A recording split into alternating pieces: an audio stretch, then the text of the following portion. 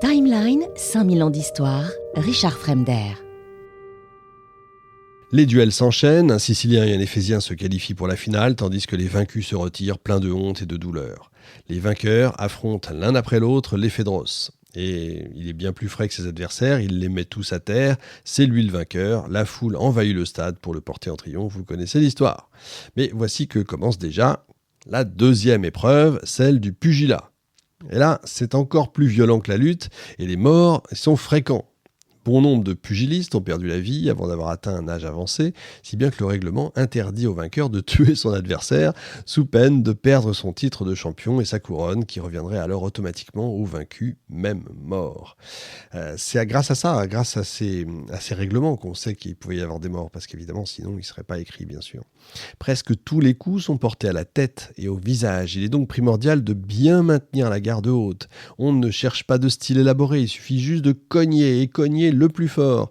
Les combattants se préparent, leur visage porte déjà les stigmates des combats précédents, pommettes tuméfiées, zébrées, des cicatrices, des arcades sourcilières écrasées, nez cassé, oreilles en chou-fleur, on a l'impression de voir des rugbymen. Ils enroulent de longues lanières de cuir de bœuf autour de leurs mains qu'ils ont assouplies en les étirant jusqu'à former une sorte de gant. Il protégera les articulations des doigts, de la main et du poignet tout en laissant le pouce libre. Donc c'est pas pour faire mal à l'autre, c'est pour se protéger soi-même. Bien placer une courroie demande de l'entraînement et de l'adresse. Trop tendue, elle va couper la circulation sanguine, elle va priver le pugiliste de toute sensation dans la main, et trop lâche, elle risque de se délier pendant l'assaut.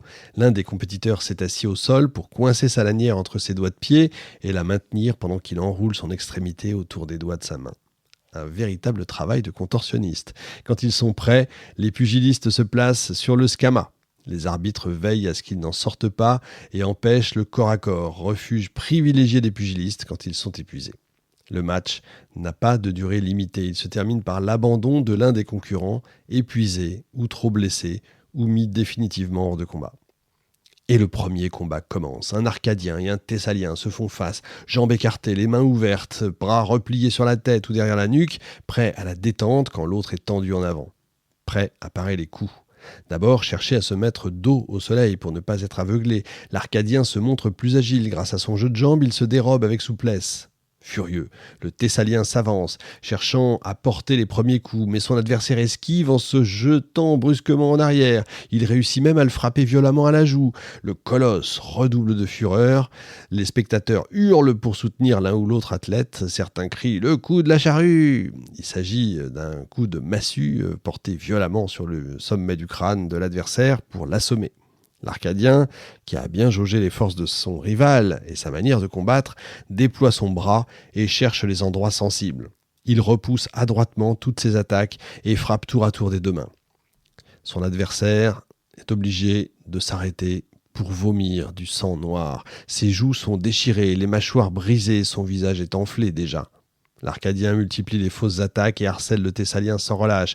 Le colosse chancelle, tombe et roule sur le scama, mais il n'a pas dit son dernier mot. Il se relève, reprend le combat avec une nouvelle fureur. Les coups pleuvent, mais ceux du Thessalien ne tombent que sur la poitrine de son adversaire. L'Arcadien, lui, assène un coup de poing au-dessus du nez entre les sourcils et lui arrache la peau du front. C'est une horreur absolue. Philippos et les autres entendent les os craquer. Inondé de sueur, haletant de fatigue, le Thessalien tente un dernier coup, il saisit la main gauche de son adversaire et penché, hors de la portée de ses coups, il lève violemment la main, s'apprêtant à frapper son rival. Mais l'Arcadien baisse la tête, évite le coup qui effleure son épaule, se glisse sous le bras de son concurrent et le frappe à la tempe gauche. Le sang ruisselle. De son poing gauche, l'Arcadien écrase la bouche du Thessalien, lui fracasse les dents et lui brise les os. Le Thessalien tombe à genoux. Vaincu, il a à peine la force de lever une main suppliante pour avouer sa défaite. Voilà. Vous savez tout. Deux autres rencontres s'enchaînent, tout aussi violentes, mais la dernière s'éternise parce que les pugilistes sont accablés par la chaleur et la soif, et puis peut-être la fatigue aussi. Pour autant, les coups sont directs, effroyables. Le sang coule à flot, des visages sur les torses. Le soleil commence à se coucher, mais aucun des combattants ne s'avoue vaincu. Il demande alors à ce qu'on applique une procédure horrible qu'on appelle climax pour les départager. Après un tirage au sort, chaque athlète, à tour de rôle, a le droit de porter un seul coup à son rival sans que celui-ci puisse ni le parer, ni l'esquiver. Toutefois, Avant de frapper, l'attaquant doit indiquer à son adversaire quelle posture adopter en fonction de son coup. Et l'épreuve prend fin quand l'un des deux athlètes s'effondre. Je vous assure, je voudrais voir ça au JO, qu'est-ce qu'on se marrerait. Vient alors l'épreuve de lutte la plus populaire et la plus attendue, le pancrace. Et avant qu'elle commence, les spectateurs hurlent les noms des favoris. Alors dans le pancrace, tous les coups sont permis, à l'exception de 2, mordre l'adversaire et lui enfoncer les doigts dans les yeux, vous imaginez le reste. Il mêle la lutte, le pugilat, ce qui exige évidemment de parfaitement maîtriser ces épreuves, avec plus de souplesse, de nervosité et d'agilité. Les athlètes doivent être à la fois robustes, légers, rapides, tenaces, ils doivent savoir bondir, tomber à la renverse, faire d'un croche-pied, enlacer son adversaire, le frapper sur tout le corps, lui tordre les membres, enfin, le mâchouiller, une horreur absolue. Une vaste clameur monte alors du stade, la foule scande le nom de Sostratos de Sikion. Le palmarès de ce lutteur est exceptionnel, 2 victoires lors des 104e et 105e Olympiades, on est en 364 et 360 avant notre ère, sans compter celles qu'il a remportées aux autres Jeux panhelléniques. Il est surnommé serre-doigt, il a mis au point une technique imparable, il agrippe son adversaire par le bout des doigts et les broie jusqu'à le pousser à l'abandon, c'est épouvantable. Et justement, Sostratos s'avance, prêt à affronter son premier adversaire, un Spartiate trapu aux larges épaules.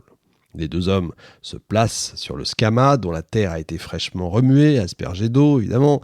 Entièrement nus, le corps d'huile et saupoudré de sable fin, comme d'hab. Ils se préparent à l'assaut, les bras dirigés vers l'avant, en position haute pour protéger la tête et le visage. Pieds avant en suspension, les pancratiastes se jaugent, se jettent alors l'un sur l'autre en rugissant comme des lions, ils luttent au corps à corps, tombent au sol et continuent le combat en se roulant dans le sable, ce qui n'est pas autorisé dans la lutte classique, justement. Ils sont maintenant couverts de sueur, de sang, de poussière, ils se battent avec acharnement, sans interruption, jusqu'à l'épuisement.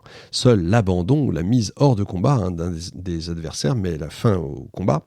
Et quand les athlètes ne respectent pas le règlement, les arbitres interviennent pour les rappeler à l'ordre avec un long bâton fourchu. La foule est déchaînée, elle hurle, elle encourage les 2 adversaires. Je sais pas pourquoi on a arrêté ça, c'est dommage. Ramassé sur lui-même, le Spartiate bondit sur Sostratos, il le prend en ciseaux au niveau de l'abdomen pour l'étouffer avec ses mains ou lui déboîter les membres, il le jette à terre, lui écrase la gorge avec son coude pour lui couper la respiration. Sostratos suffoque, mais il parvient à asséner à son adversaire un terrible coup de poing qui lui fait cracher toutes ses dents. Il recourt à son coup favori à ce moment-là, il agrippe son rival par la main droite et lui tord les doigts par un mouvement violent de conversion. Le Spartiate hurle de douleur et reconnaît sa défaite en levant la main gauche. Quelle journée palpitante! Que de coups, de violence, de sang, me direz-vous. Un véritable délice pour les yeux, à déconseiller bien sûr, aux âmes sensibles, trop tard pour vous. Qu'importe, seuls de vrais hommes peuvent se délecter d'un tel spectacle, dit-on en tout cas à cette époque-là. Dans le dernier épisode, on verra la grandeur et la décadence des Jeux. On verra marathon, évidemment. Les athlètes sont-ils immortels ? C'est ce qu'on verra. Et les femmes aussi, pour finir par l'origine des trophées modernes. Salut à tous. Timeline, 5000 ans d'histoire, Richard Fremder.